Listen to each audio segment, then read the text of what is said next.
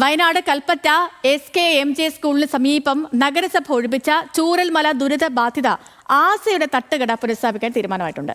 രാഷ്ട്രീയ പാർട്ടികൾ നഗരസഭയിൽ നടത്തിയ പ്രതിഷേധത്തിനൊടുവിലാണ് തട്ടുകട പുനഃസ്ഥാപിക്കുന്നത്. നോട്ടീസ് പോലും നൽകാതെയായിരുന്നു ഈ കട പൊളിച്ചു മാറ്റിയതെന്ന് ആസയും കുടുംബവുമൊക്കെ അന്ന് ആരോപിച്ചതാണ്.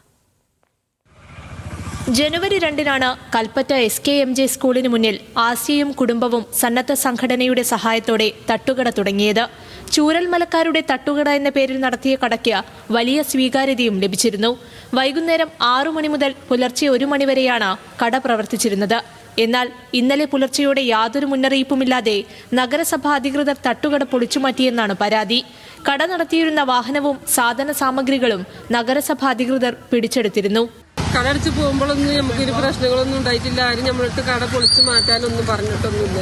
പിന്നെ രാവിലെ ഞങ്ങൾ ഇവിടെ ഭക്ഷണം കഴിച്ചിട്ട് പോയ ഒരാൾ ഞങ്ങളെ വീട്ടിൽ വന്ന് പറഞ്ഞതാണ്, നിങ്ങൾ പിന്നെ അറിഞ്ഞിട്ടില്ലേ, നിങ്ങളെ കട അവിടെ പിന്നെ മുനിസിപ്പാലിറ്റിക്കാർ വന്ന് പൊളിക്കണുണ്ടല്ലോ പറഞ്ഞു. അങ്ങനെ തന്നെ ഞങ്ങൾ കുട്ടികൾ വണ്ടി എടുത്തിട്ട് ഓടി വന്ന് നോക്കുമ്പോഴത്തേനും എല്ലാം പൊളിച്ച് അവർ ട്രാക്ടറിൽ കയറ്റിയിരിക്കുന്നു. സാധനങ്ങളൊക്കെ ട്രാക്ടറിൽ കയറ്റിയിരിക്കുന്നു. 2 മാസം മുന്നേ അവർ ഞങ്ങളടുത്ത് പറഞ്ഞപ്പോൾ കുഴപ്പമില്ല, നിങ്ങൾ ചെയ്തോളി, ഇനി അങ്ങനെ എന്തെങ്കിലും ഉണ്ടെങ്കിൽ ഞങ്ങൾ നിങ്ങൾക്ക് മുന്നറിയിപ്പ് തരാമെന്ന് അവർ പറഞ്ഞതുകൊണ്ടാണ് ഞങ്ങൾ ഇവിടെ ഇട്ടത്. അപ്പൊ അവര് സ്ഥലം കണ്ടെത്തിയിട്ട് അവര് ഞങ്ങൾക്ക് കട ഇട്ടിരുന്നു.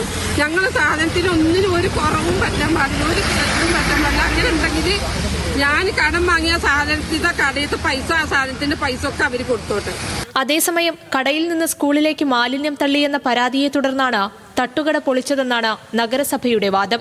തട്ടുകട പൊളിച്ചുമാറ്റിയതുമായി ബന്ധപ്പെട്ട് രാഷ്ട്രീയ പാർട്ടികൾ നഗരസഭയിൽ നടത്തിയ പ്രതിഷേധത്തിനൊടുവിലാണ് കട പുനഃസ്ഥാപിക്കാൻ തീരുമാനമായത്.